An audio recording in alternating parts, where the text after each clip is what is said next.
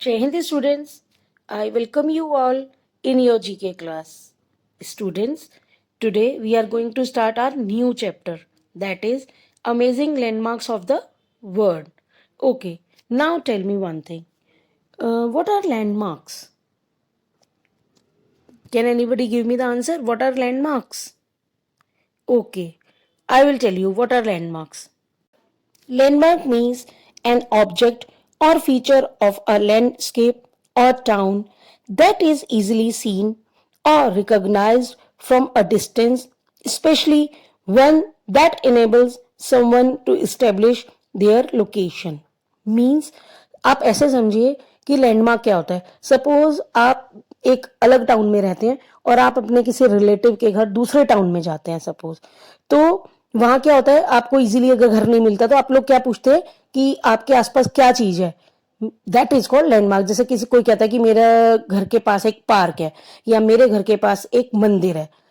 Okay, तो हम किसी लोकेशन को ट्रेस करने के लिए कुछ लैंडमार्क्स बताते हैं. मींस कुछ पहचान बताते हैं जिससे इजीली जो लोकेशन है वो हमें मिल जाए. मीन्स हम जिस चीज को ढूंढ रहे हैं वो इजीली मिल जाए या किसी को बताना हो तो इजीली उसकी पहचान हो जाए. Means an object of feature of a landscape or a town that is easily seen or recognized from a distance. First, it is the world's tallest landmark statue with a height of 182 meters located in Gujarat, India. It is dedicated to Indian independence movement leader Sardar Vallabhbhai Patel, also known as the Iron Man of India. Now, students, look at the on the screen. I have shown some key points. Form of picture means Sardar Vallabhbhai Patel. Location Gujarat. Height 182 meters means it is the world's tallest landmark statue. Height जिसकी height कितनी है 182 metres है, गुजरात में है. और ये किसकी picture है, किसका स्टैचू है ये, सरदार वल्लभ भाई पटेल, जिनको हम आयरन मैन ऑफ इंडिया भी कहते हैं. So your answer is statue of unity. इनको हम किस चीज से जानते हैं, statue of unity. So students, look at the picture and try to recognise it. Second, situated in Paris, France, this tower was named after its designer. It was completed in 1889. Means picture में जो दिखाया हुआ tower है उसका नाम क्या है, Eiffel tower.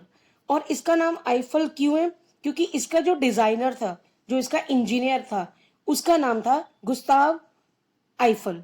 तो इस उनके ही नाम से लास्ट नाम उनका आईफल से लेकर आईफल टावर हुआ इनका नाम, इसका नाम. और ये कहाँ पे है, पेरिस, फ्रांस में है.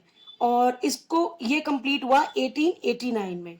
सो your answer is Eiffel tower. Students, I am giving you some key points, so try to recognize and it is easy to learn. Students, here is the picture on the screen of Eiffel Tower, which was completed in 1889. Okay. Third, with the body of a lion and face of a human, the structures are another amazing example of the architectural skills of the ancient Egyptians. Student, first of all, there is a need of you should know the meaning of architectural skills. The meaning of architectural skills are, जैसे हिंदी में बोलते हैं वास्तु कलाकारी, जिसमें जो कलाकार होते हैं जो पिक्चर्स बनाने या जो एक स्टैचूज टाइप बनाने वाले जो अपनी कलाकारी दिखाते हैं, वास्तु कलाकारी, आर्किटेक्चरल स्किल्स. तो with the body of a lion and a face of a human, the structures are another amazing example of architectural skills of the ancient Egyptians. ये जिसके बारे में हम बात कर रहे हैं वो एक एंशियंट इजिप्शियंस का वास्तु की कलाकारी का एक बहुत ही अमेजिंग एग्जाम्पल है, जिसमें बॉडी क्या है, बॉडी लायन की है और फेस एक ह्यूमन का है. तो ये इजिप्शियंस द्वारा बनाई गई एक अमेजिंग एग्जाम्पल है. सो your answer is Sphinx. Your answer is Sphinx. Look at the picture. क्या देखो इस पिक्चर में क्या है, फेस जो है वो एक ह्यूमन का है और जो बॉडी है वो लायन की है. Okay, so answer is sphinx. Fourth, this is the world's tallest road bridge, 2.5 kilometer long and 2 centimeter above the river at its highest point. Means ये जो रोड ब्रिज है उसकी हाइट क्या है, 2 सेंटीमीटर अबव रिवर, यानी river से वो 2 centimetre ऊपर है. और लेंथ कितनी है, 2.4 किलोमीटर. ये वर्ल्ड का सबसे टॉलेस्ट रोड ब्रिज है. Okay, so what is the answer? Millau viaduct. Your answer is Millau viaduct. This is the world's tallest road bridge. Okay. Fifth, found on the west of Nile, these were the tombs of Egyptian kings and queens. Students, what is the meaning of tombs? Means samadhi, या जिसे हम कहते हैं कब्र. There were many chambers inside where the body was kept along with other articles, food, clothes, etc. Since they believed that the soul will come back. The best specimen is at Giza. Means ये जो आप structure देख रहे हैं, look at the structure, ये जो आप structure देख रहे हैं वो क्या है, वो इजिप्शियन के किंग और जो क्वीन थे उनकी ये टॉम्स है. मीन्स समाधि, मीन्स कब्र. और ये कहाँ पाए जाते हैं, कहाँ होते हैं, on the west of Nile. और इसके जो अंदर है, इस जो स्ट्रक्चर है जो आप देख रहे हैं उसके अंदर एक बहुत सारे चैम्बर्स हैं जहाँ पे किंग और क्वींस की बॉडी को रखा जाता था. क्योंकि इजिप्शियंस का ये मानना था कि जो आत्मा है, सोल है, वो उस बॉडी में फिर आएगी. और इसका जो बेस्ट स्पेसिमेन है वो क्या है, गिजा.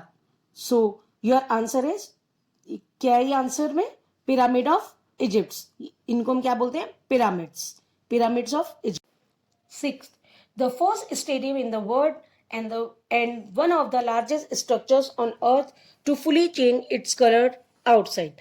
The sports complex includes Europe's largest parking structure, a 4-storied building with more than 9,800 parking space.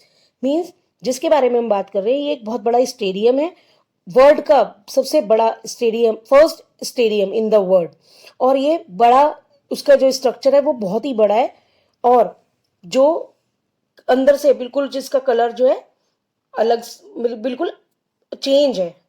और ये एक स्पोर्ट्स कॉम्प्लेक्स भी है, includes Europe's largest parking structure, जो यूरोप का लार्जेस्ट पार्किंग स्ट्रक्चर भी है. ये 4-स्टोरीड बिल्डिंग है जिसमें एक बार में 9,800 पार्किंग स्पेस मतलब है, जो एक बार में इतने व्हीकल्स पार्क हो सकते हैं. Your answer is alliance arena. Alliance arena एक बहुत ही बड़ा कॉम्प्लेक्स है जहाँ पे 4-स्टोरी ये एक बिल्डिंग है जहाँ पे 9,800 पार्किंग स्पेसेस है. सो your answer is alliance arena. Students, I have given you keywords. Try to learn it. Okay. Here your chapter ended. Thank you and have a nice day.